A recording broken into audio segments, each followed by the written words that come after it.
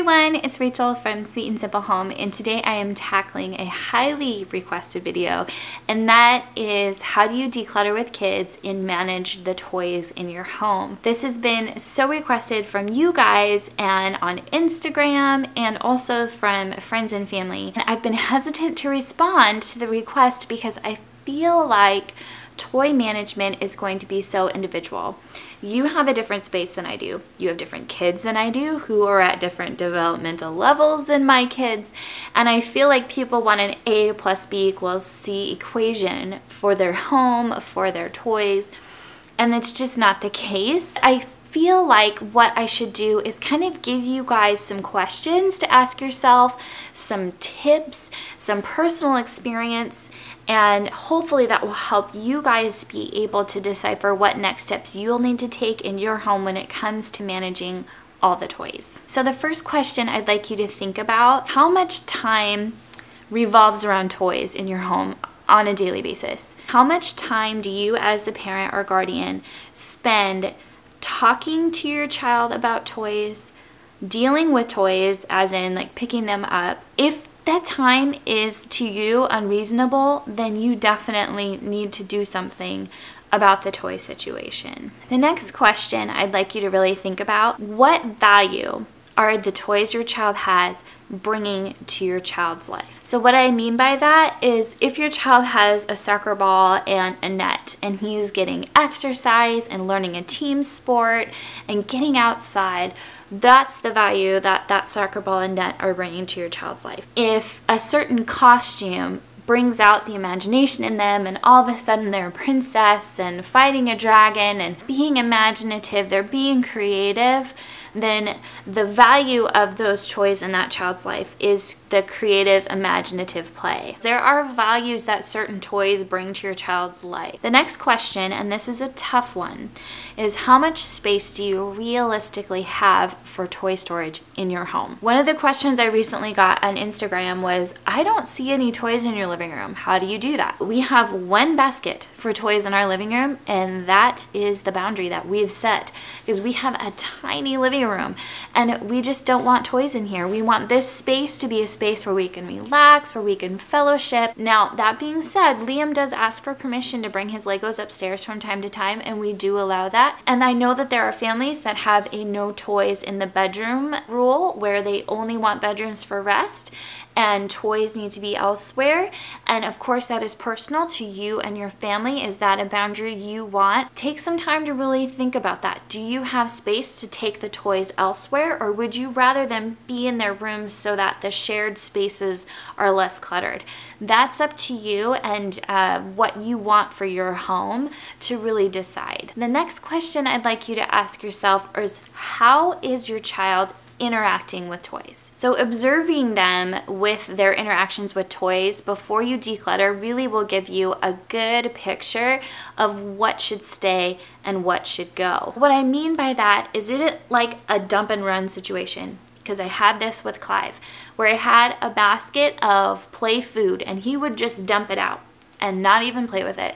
The joy for him was in dumping. It wasn't in playing with the food. It wasn't in imaginative play. It wasn't in anything that I felt truly added value to his life. If he wants to dump stuff out, you know what? We've got buckets and stuff like that for outdoor play. That's where he can do it. I went ahead and got rid of those because they weren't adding a good value to his life and he wasn't interacting well with them and they were causing problems for the rest of us. I really looked at that interaction he had with that toy in order to make a decision about whether or not that was a toy we were going to keep or not. One thing that I would ask you to look for with your kids, especially if they're on the younger side, is if they immediately get grumpy or start crying or act confused when they're in their play space, chances are there's too much out and too many options for them that they're actually getting that sensory overload.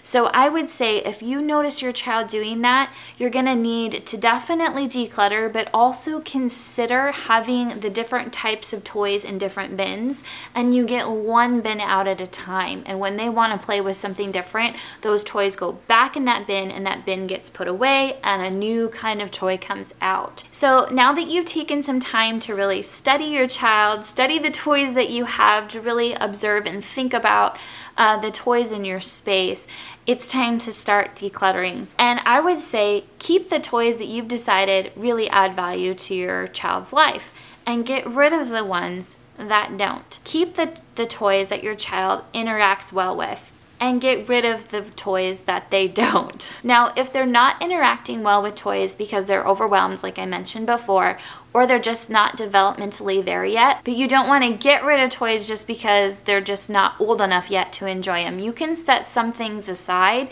so that when your child's old enough, they can enjoy them.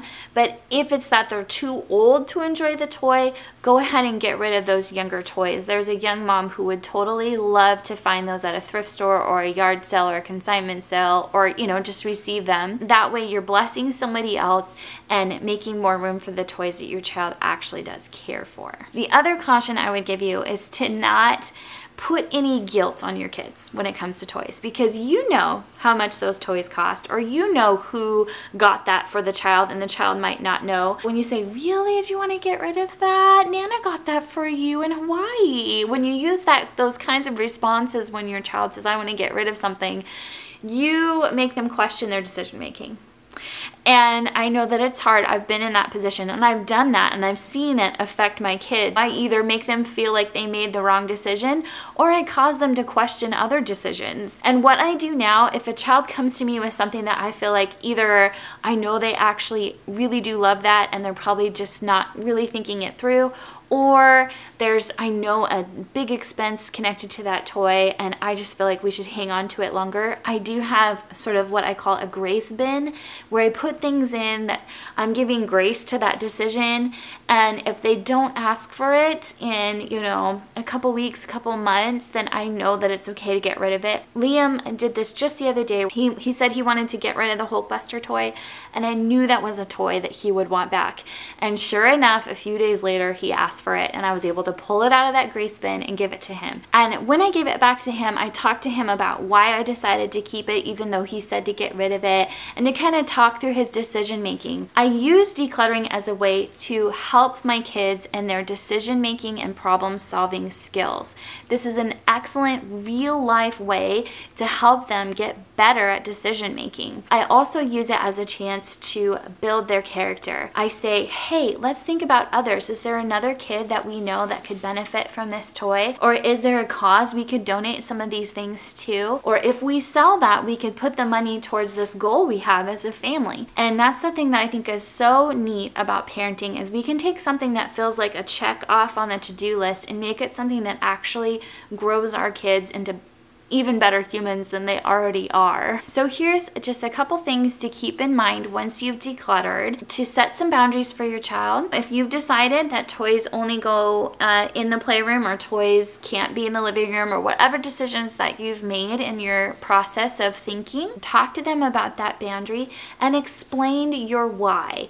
If you just say, here's this shelf, we can only use this shelf, and never give them a why, it's going to be a lot harder for them to commit to that, just that toy or just that shelf. It's gonna take some coaching, it's gonna take some encouragement, but I feel like most kids respond well to order and boundaries. And so you as the parent get to walk them through that and help them to understand the importance of order and boundaries. I hate disappointing my kids. Every parent does.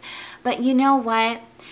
There is something about walking a child through difficulty. It is difficult to look at your mound of stuffed animals and decide which ones you're going to part with, especially if you love stuffed animals.